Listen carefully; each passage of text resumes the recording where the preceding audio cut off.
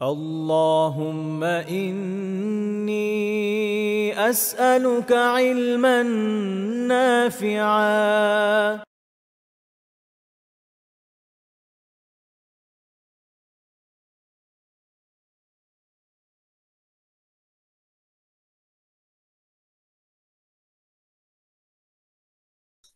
বিসমিল্লাহ আলহামদুলিল্লাহ ওয়াসসালাতু ওয়াসসালামু আলা সাইয়্যিদিনা রাসূলিল্লাহ। ইলমান নাফিয়া কর্তৃক আয়োজিত কোরআন পরিচালবিদ শিক্ষা প্রোগ্রামে স্বাগত জানাচ্ছি। আমি হাসান মুহিবুল্লাহ। আজকে আমরা কথা বলবো গুন্নার যে হরফ সেগুলা নিয়ে। আমরা ইতিপূর্বে জেনে এসেছি গুন্নার হরফ, আরবিতে গুন্নার হরফ হচ্ছে দুইটা। একটা হচ্ছে নুন এবং অপরটা হচ্ছে মিম। নুন এবং মিম এই দুইটা হরফকে গুন্নার হরফ বলা হয়। এখন নুন এবং মিমের উপরে যখন তাসদিদ আসবে, তখন আমরা যেই ধরনের গুণনা করব সেটাকে আরবিতে বলা হয় নুন অথবা মিম মুসাদ্দাদা। অর্থাৎ এই যে যে চিহ্নটা, ঢেউ ঢেউ চিহ্নটা, এটার নাম তাসদিদ। এটা যখন নুনের উপরে আসে তখন নুনকে বলা হয় নুন মুসাদ্দাদ, আর মিমের উপরে আসলে মিমকে বলা হয় মিম মুসাদ্দাদ। যখন নুন অথবা মিমের উপরে তাসদিদ আসে তখন ওই নুন এবং মিমকে আমরা গুণনার সাথে পড়ব। এই ধরনের নুন এবং মিম এর গুণনাকে আমাদের অঞ্চলে অর্থাৎ উপমহাদেশে আমরা ওয়াজিব গুণনা হিসেবে চিনে থাকি। তাহলে আমরা বলতে পারি যখন নুন এবং মিমের উপরে তাসদিদ আসে এবং আমরা যদি ওইখানে গুণনা করি তাহলে সেটাকে ওয়াজিব গুণনা বলা হয়। এভাবেই সাধারণত আমরা যখন একেবারে কায়দা কিংবা আমপারা পড়ছি সে সময় শিখে আসছি। তবে এই পর্যায়ে এসে আমরা সেখানে আরেকটু বিস্তারিত জানবো। নুন এবং মিম এই দুইটার উপরে কোন মানে নুন এবং মিম এটার উপরে তাসদিদ এবং তার পূর্বের হরফে যদি হরকত থাকে, তাহলে আমরা ওই নুন এবং মিমের উপরে যে গুন্না, ওই গুন্নাটাকে আমরা ওয়াজিব গুন্না বলবো। এখন এই আগের হরফ কোনটা?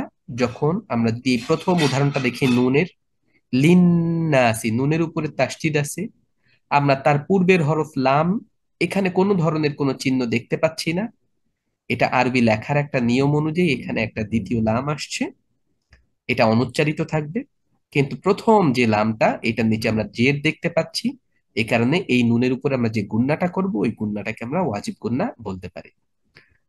দ্বিতীয় যে উদাহরণ, এখানে আমরা দেখতে পাচ্ছি নুনের উপরে তাসদীদ, তার পূর্বের হরফে হরকত আছে। হরকত মানে এক জবর এক জের এক পেশের কোন একটা, এখানে জবর আছে, এই জন্য এই নুনের গুণনাটাকে আমরা ওয়াজিব গুণনা বলবো।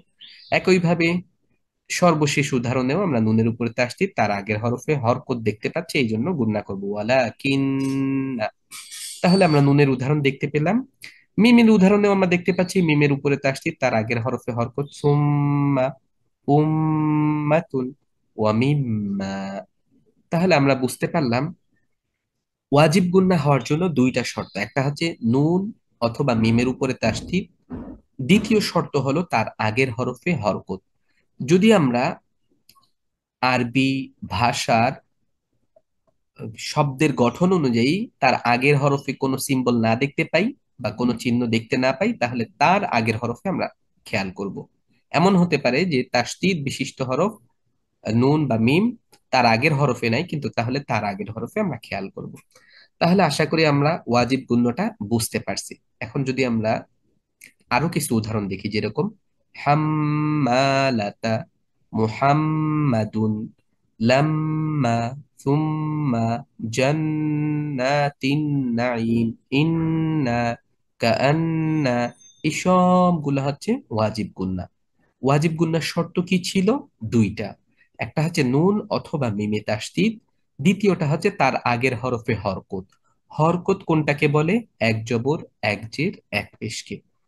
এই ছিল আজকে আমাদের ওয়াজিব গুন্না। আমাদের ওয়াজিব গুন্নাটা আপনারা যদি কেউ বুঝতে না পারেন তাহলে এখন আমরা আপনাদের কাছ থেকে শুনবো ইনশাল্লাহ। আজকে এই পর্যন্তই। পরবর্তী পর্বে আমরা নতুন আর একটা টপিক নিয়ে কথা বলবো ইনশাআল্লাহ।